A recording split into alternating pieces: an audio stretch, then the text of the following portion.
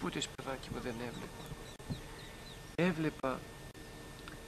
Έβλεπα ότι ήρθε η ώρα μου να αναχωρήσω και έχω εμπόδιο τας αμαρτίας μου μπροστά. Με καλύπτουν. Γέρονο και εσύ αμαρτίες και εγώ, παιδάκι μου. Ο διάβολος κοιτάζει να κλέψει και την τελευταία στιγμή. Πω. Εμείς τι κάνουμε, γέρονο? Και μία άλλη φορά ήμουν έξω από το κελάκι του και συνομιλούσε με τους αγγέλους. Με φωνάζει, Δανίλ, Πάτερ Δανίλ, τρέξε. Πήγα αμέσως. Έφυγα, ναι. Ήταν οι άγγελοι, ήρθαν να με πάρουν. Και όπως σας είπα, κατέβηκαν οι άγγελοι, τον πήραν και ανεχώρησε. Εγκατέλειψε, όπως βλέπετε εδώ πέρα, το κελάκι το αυτό, το απέριτο που είχε όταν ήταν στα κράτη που κατοικούσε. Και τώρα αγάλεται στους ουρανούς η ψυχή του. Μέσα είναι τα λείψανά του, η κάρα του, όπως την είδατε προηγουμένως. Εδώ και ζώντας του, εδώ και μετά θάνατο. Πάνω σε αυτή την ξερασιά πράσινα φυτά έχει. Είναι η ευχή του γέροντος εδώ πέρα. Ακόμα εδώ τριγυρίζει η ψυχή του και οι προσευχές του. Διότι σε αυτόν τον τόπο, σε αυτό το χρυσάκι που βλέπετε μέσα, έριξε δάκρυα, έριξε πολλά δάκρυα. Και εδώ πολλές θείες λειτουργίες έγιναν, με το γεροντά το έκανα, διότι ο γεροντάς του ήταν ιερεύς. Ήταν στα στασίδια, Ναι, τα στασίδια εκείνα, και που δείτε το τεμπλάκι ήταν, από εκεί το ντολαπάκι που έβαζε τις εκκλησίες όλα αυτά. Και πέρα είχε και ένα ξενώνα και δίθυνος φιλοξενούσε. Απέναντι βλέπετε και πέρα έχει και το φορνάκι του. Έκανε καμιά φορά κανένα προσφοράκι για να λειτουργήσει ο γέροντάς του. Λοιπόν, και κάτω όπως είπαμε, έλα να δεις κάτω, θα σου πω τώρα, και εδώ μέχρι εδώ τελειώσαμε από τον πατέρα Γαβρίλ. Από τον πατέρα Γαβρίλ τελειώσαμε. Αυτά ήταν. Τώρα μας άφησε εδώ πέρα προ 15-20 χρόνια που κοιμήθηκε και τώρα έρχεται και η σειρά μας. Λοιπόν, πόσοι μέχρι εδώ? Έζησε κάποιος Ζωσιμάς με ένα γεροντά, το Ρώση αυτή, Σεραφείμ. Όταν ήρθε η ώρα να κοιμηθεί ο Ζωσιμάς, λοιπόν, μας ειδοποίησε και κατεβήκαμε και τον είδαμε. Λοιπόν, πήραμε την ευχή του και όταν κοιμήθηκε μας είπε ο γεροντάς του, αφού το σαβανώσαμε, να ανοίξουμε τον τάφο του. Ελάτε εδώ, εγώ είμαι γέρος, δεν μπορώ να ανοίξω τον τάφο. Να ανοίξετε εσείς που είστε νέα παιδιά, για να πάρετε και την ευχή του. Ανοίξαμε στην ξηρά γη αυτή, μέσα στα βράχια, ένα τάφο μικρό, το βάλαμε μέσα, το σκεπάσαμε, έγινε και η δία του, ένας σταυρός ξύλινος απέριτος, γράψαμε «Ενθάδε κοίτε ο δούλος του Θεού, Ζωσιμάς μοναχός». Λοιπόν, έφυγε και αυτός. Τώρα μας λέει ο γεροντάς του, λέει, τι να σας δώσω τώρα εσάς για τον κόπο σας? Αρκεί, γέροντα, που πήραμε την ευχή του. Αυτός ήταν Ρώσος και πάνω τα ελληνικά τέργη μεσά. Λέει, τι να δώσει εσάς εγώ για κόπο? Τι να δώσει? Δεν φέρει τίποτες. Φέρει ευχή.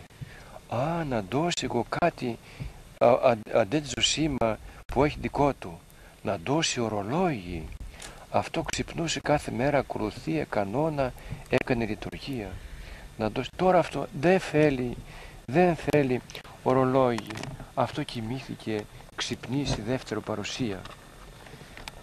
Με αυτό το ορολόγι ξυπνούσε καθημερινός και έκανε κανόνα.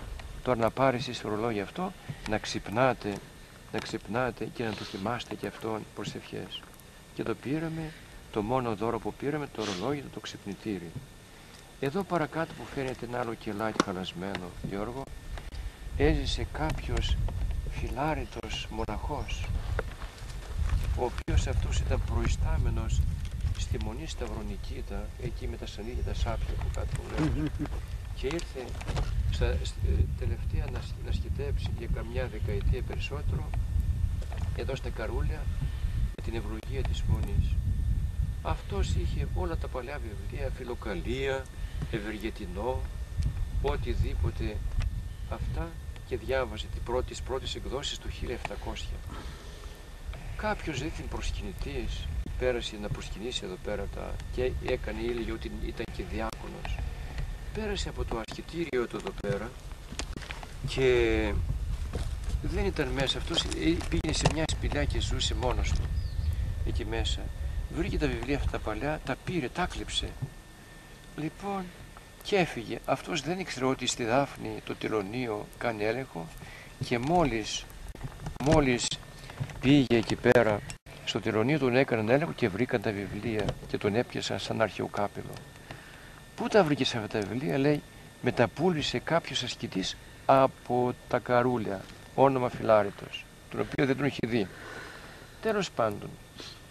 Τέλος πάντων, αμέσως αυτεπαγγέλτος το τελωνείο και η αστυνομία έρχονται εδώ πέρα στο γέρο τον ασκητή, κάνουν ανακρίσεις, το ρωτών, γιατί πούλησες τα βιβλία αυτά σαν αρχαιοκάπηλος ασκητής? Όχι αδελφέ, δεν τα πούλησα. Εγώ όταν πέρασε ο αδερφός από εδώ να τα πάει να τα διαβάσει, είδε τι απλότητα, να τα πάει να τα διαβάσει και να τα φέρει πάλι πίσω,